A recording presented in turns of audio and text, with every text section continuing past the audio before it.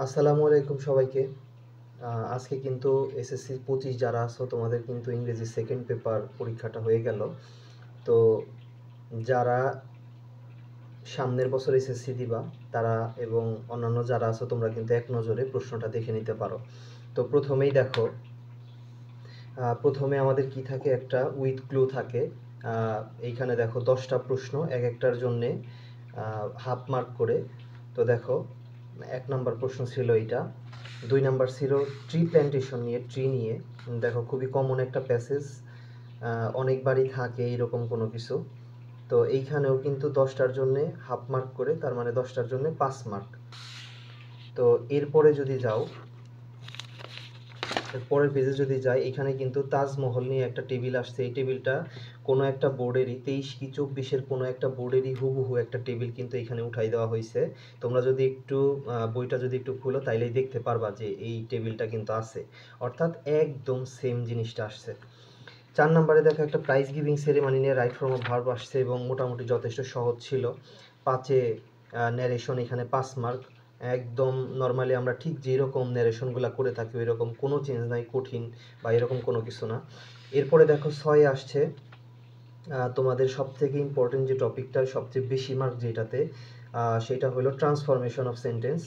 তো ট্রান্সফরমেশনে দেখো এখানে 10টা সেন্টেন্সই প্রত্যেকটাই কিন্তু একদম, মানে আমরা সবসময় যে নিয়মগুলো পড়ে থাকি ওই নিয়মগুলোর মধ্যে, কঠিন কঠিন কোনো কিছু আমার চোখে পড়ে নাই, খুবই ইজি। তো কেউ যদি একটু বেসিক নিয়মগুলো জেনে থাকে সে কিন্তু এখানে 10-এ 10 পাবে। তো এরপর দেখো, এরপরে আসছে কি কমপ্লিটিং সেন্টেন্স, এখানে 5 মার্ক 5টা সেন্টেন্সের জন্যে, যথেষ্ট সহজ ছিল।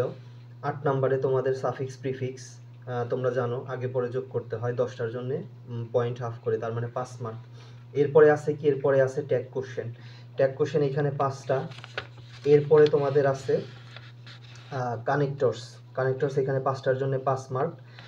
এরপরে আছে তোমাদের ইউজিং ক্যাপিটালাইজেশন অর্থাৎ পাংচুয়েশন মার্ক যেটাকে আমরা বলি, এখানে 5 মার্ক। দেখো মাত্র 1.5 লাইনও না, তো এইটুকু যদি তুমি ঠিক করতে পারো 5 মার্ক। তো এরপরের পৃষ্ঠায় যদি আমরা যাই, এইখানে দেখো কম্পোজিশন পার্টে আমাদের কি কি আসছে। আমাদের এখানে আসছে একটা সিবি আসছে। এরপরে দেখো তোমাদের যে লেটারটা ফর্মাল লেটার, সেখানে আসছে কি যে মাল্টিমিডিয়া একটা ক্লাসরুম আছে কিন্তু তার ফ্যাসিলিটি অনেক পোর, খারাপ। তো হেডমাস্টারের কাছে একটা পত্র লেখো যেন এই ক্লাসরুমের, মাল্টিমিডিয়া ক্লাসরুমের যেন মডার্ন ইকুইপমেন্টস দেওয়া হয়, মডার্ন ফ্যাসিলিটি দেওয়া হয়। 14 নম্বরে তোমাদের কি আসছে, 14 নম্বরে আসছে একটা প্যারাগ্রাফ। প্যারাগ্রাফটা হচ্ছে ডিফরেস্টেশন, ট্রি প্ল্যান্টেশনের উল্টা, খুবই কমন একটা জিনিস। এরপরে আছে তোমাদের কম্পোজিশন, এই জার্নি বাই বোট ট্রেন যে কোনো একটা কিছু দিতে পারো, এখানে স্পেসিফিকভাবে দেয় নাই, যে কোনো একটা তুমি দিলেই হইতেছে, যেটা তুমি রিসেন্টলি এনজয় করছো। তো দেখো এই কম্পোজিশনটাও কিন্তু তোমরা সেই 6-7 থেকে পড়ে আসতেছো, অর্থাৎ আনকমন বা কঠিন কোনো কিছুই আমার কিন্তু চোখে পড়ে নাই, যথেষ্ট ভালো এবং স্ট্যান্ডার্ড প্রশ্ন হয়েছে। তো কেউ যদি ন্যূনতম পড়ালেখা করে থাকে এখানে কিন্তু 90 অনায়াসে পাওয়া সম্ভব। তো খুব তাড়াতাড়ি আমার এই চ্যানেলেই আমি পুরা কোশ্চেনের সলিউশনটা দিব, হয়তো ভিডিও সেকশনে থাকতে পারে অথবা শর্ট সেকশনে থাকতে পারে, তোমরা সেখান থেকে তোমাদের অ্যান্সারগুলো মিলিয়ে নিতে পারো। তো এরপরেই কিন্তু অঙ্ক পরীক্ষার বিভিন্ন সাজেশন এবং বিভিন্ন ম্যাথ পেতে কিন্তু আমার চ্যানেলটা সাবস্ক্রাইব করতে পারো এবং ভিডিওতে একটি লাইক দিতে পারো। সবার জন্য শুভকামনা থাকবে। সবাই ভালো থাকো, সুস্থ থাকো।